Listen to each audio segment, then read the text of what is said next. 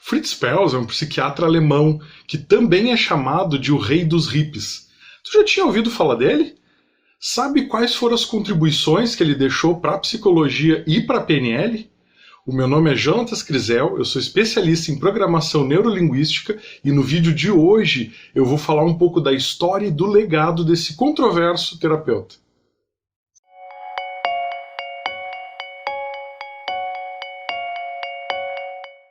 Friedrich Salomon Perls, mais conhecido como Fritz Perls, foi um médico psiquiatra alemão de origem judaica que desenvolveu, junto com a esposa Laura Perls, uma abordagem psicoterápica inovadora chamada de Gestalt terapia. Perls tinha um péssimo relacionamento com o pai, Nathan, e aos 13 anos ele chegou a ser expulso da escola por mau comportamento. E aí o pai obrigou ele a trabalhar na loja de vinhos que eles tinham, né? A relação entre os dois chegou a tal ponto que quando o pai do Perls faleceu, o Perls sequer compareceu ao enterro. A mãe, Amália, que é uma judia advinda de uma pequena burguesia alemã, decisivamente influenciou Perls com relação às paixões dele, especialmente pela ópera e pelo teatro, como se manifestou mais adiante no trabalho dele.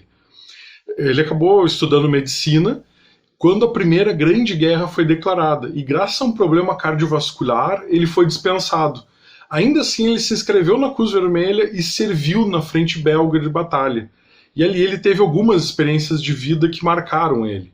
Após o fim da guerra, Fritz se formou em medicina na Universidade Humboldt, em Berlim, e foi contratado como neuropsiquiatra nessa mesma universidade. Ali ele teve forte influência nas ideias de Ernst Wilhelm von Bruck, que influenciou Freud na criação da psicanálise, da escola de Bauhaus, que foi a primeira escola de design do mundo, e de Salomon Friedlander, que foi um filósofo cujas ideias têm base nas ideias de Immanuel Kant.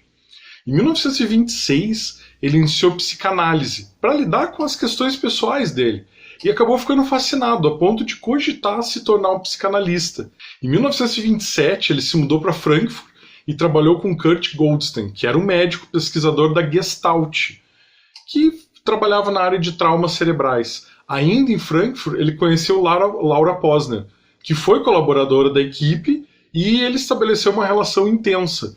De volta a Berlim, em 1928, ele se casou com Laura e reiniciou o próprio processo de análise com Wilhelm Reich, que foi um colaborador de Freud e acabou desenvolvendo as próprias ideias no campo da psicanálise.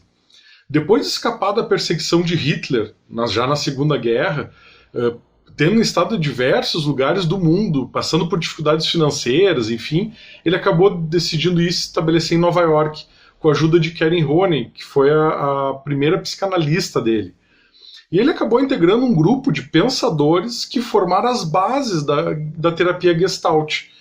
E aí, em 1951, finalmente foi publicado o livro Gestalt Terapia, como resultado de várias conversas e reuniões na casa do Perls. A Gestalt e a Gestalt Terapia, apesar da confusão dos nomes, são coisas diferentes. Elas têm uma parte que elas se tocam, mas elas não são a mesma coisa. A Gestalt é uma palavra que vem do alemão e quer dizer forma. E defende que para te compreender a parte, é preciso entender antes o todo. E a Gestalt já existia antes do Fritz Perls. Por exemplo, a gente sabe que a forma da água é 2 partículas de hidrogênio e 1 de oxigênio. No entanto, tu não consegue fazer água apenas juntando essas 2 moléculas. Assim, o todo difere da soma das suas partes. O principal queixa da Gestalt com relação às terapias tradicionais é o fato delas não compreenderem o indivíduo no contexto onde ele está. Analisar uma pessoa fora do contexto ou isolada é muito diferente do que analisá-la incluída no contexto onde ela tem as dificuldades, onde ela tem os desafios dela. Um exemplo que o Perls mesmo utilizava a respeito é uma mãe com um bebê recém-nascido, que no meio de uma multidão de sons, sono, cansaço, enfim, ela acorda ao ouvir o filho chorando. Se tu analisar só ela acordar, não faz muito sentido, se tu analisar só o cansaço, mas as 2 coisas juntas, o contexto faz. A gestalterapia é uma abordagem psicoterapêutica que combina elementos da psicanálise e segue uma orientação gestáltica. Curiosamente, Perls foi um áspero com a psicanálise. Tem aqui um trecho que é bastante forte, mas são palavras dele. Freud, suas teorias, sua influência são por demais importantes para mim. E eu fico profundamente abismado diante do que praticamente sozinho ele realizou, com instrumentos mentais inadequados, de uma psicologia associacionista e de uma filosofia de orientação mecanicista.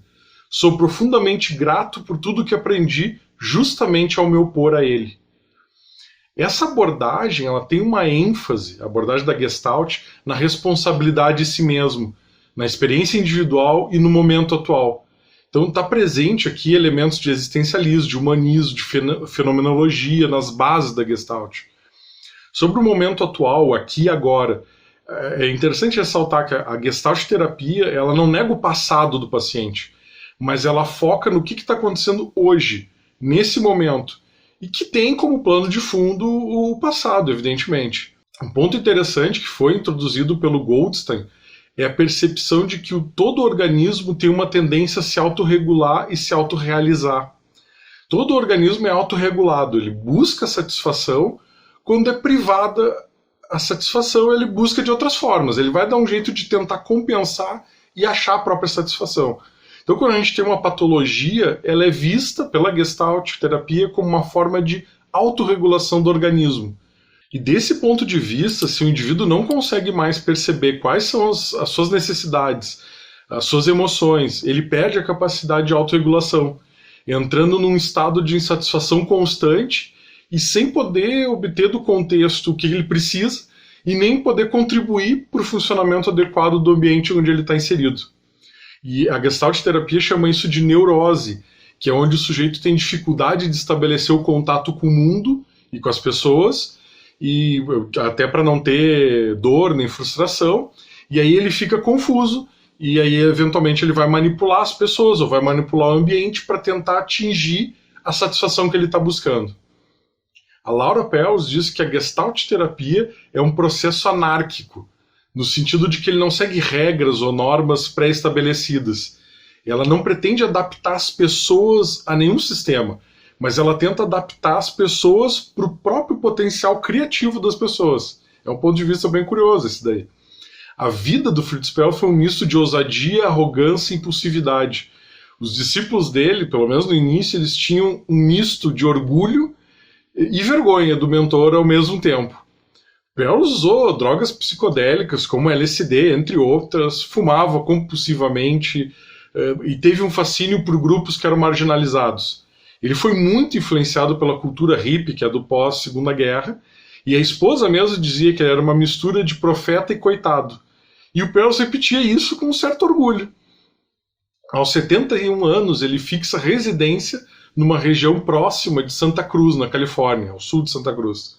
E aí ele funda uma escola que promove seminários de demonstração e de formação profissional da Gestalt terapia. E lá aos 75 anos, a foto dele está na capa da revista Life. E aí ele ganhou o título de O Rei dos Hips. E aí aqueles pequenos grupos passaram a ter centenas de frequentadores lá naquele lugar onde ele estava. Muitos especialistas acabaram frequentando e tentando entender o que estava acontecendo lá. Então a gente teve Gregory Bateson, que é da ecologia do espírito, o Alexander Lowen, da bioenergética, o Eric Berne, da análise transacional, John Lilly, da caixa de isolamento sensorial, Alan Watts, do orientalismo, Stanislas Grof, psicologia interpessoal, John Grinder e Richard Blender, da programação neurolinguística, entre outros. E em 73, o Richard Blender editou o livro A Abordagem Gestáltica e Testemunho Ocular de Terapia, compilando as anotações do Perls. Tinha morrido quando estava escrevendo esse livro, e aí o Bander e o Grinder revisaram as gravações, os trabalhos anteriores, as notas, e conseguiram completar o trabalho do Perls. A PNL modelou o Fritz Perls na origem, tendo grande ênfase na experiência sensorial, nas pistas não verbais, no reconhecimento de incongruências e foco em perguntas de processo, as famosas perguntas do como. E em 1970, aos 77 anos, né, Perls morreu de infarto do miocárdio, e ainda na autópsia ficamos sabendo que ele tinha um câncer pancreático, e os seguidores racharam em duas vertentes.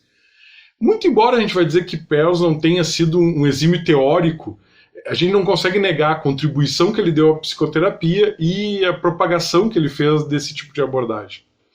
Eu espero que tu tenha gostado desse vídeo. Curte aqui, compartilha com quem tu acha que pode se interessar. Um grande abraço e até o próximo vídeo.